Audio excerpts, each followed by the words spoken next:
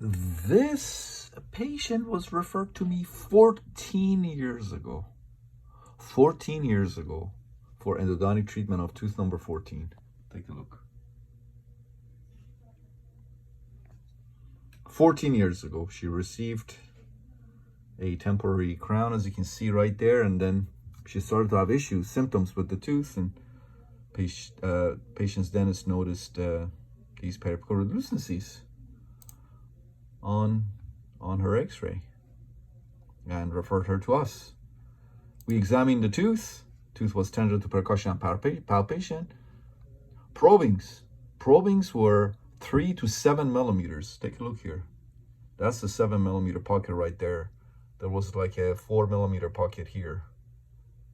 So this patient had perio disease, and I made sure that I told her about all of that. I said, you have a perio disease, the tooth is abscessed, but root canal is not the only thing this tooth will need, and the rest of your teeth, you have perio disease. So your dentist needs to refer you to a periodontist. Otherwise, you're going to end up losing these teeth, and because of your perio disease. And patient said, yep, I'll do it.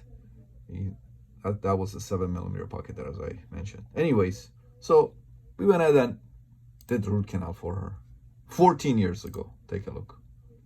So removed the temporary crown and did the root canal for her. That's immediately after we did the root canal. You can see the periapical radiolucency associated with the palatal canal right there. You can see the MB1 and the MB2.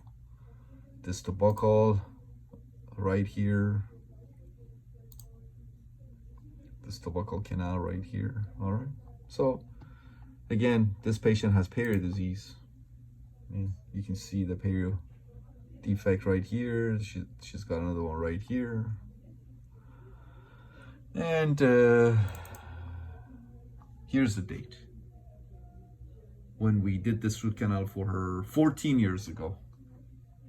Patient came in today for a different tooth, and I was really curious to see what's going on with tooth number 14, especially with the known perio disease that this patient had. Take a look at the tooth. Patient has no symptoms. She says she has 0 symptoms with tooth number 14. But take a look here. This is what happens when a perio disease goes untreated. That's the tooth now. Patient has no symptoms. She says she still functions with the tooth. She says she still functions with the tooth. She says she uses interproximal brush and her water pick to clean it. She has no issues, no symptoms with the tooth. And she can still chew on it and function with it. But take a look here. She lost that tooth, apparently. Tooth number 12. She lost that to, now she has a dental implant there. But this is 14 years post-op of tooth number 14, as you can see. 14 years post-op of tooth number 14. Tooth is still functional after 14 years. We did the root canal. She was supposed to get perio treatment. She never did. But she still has the tooth. As you can see, the endo hasn't failed.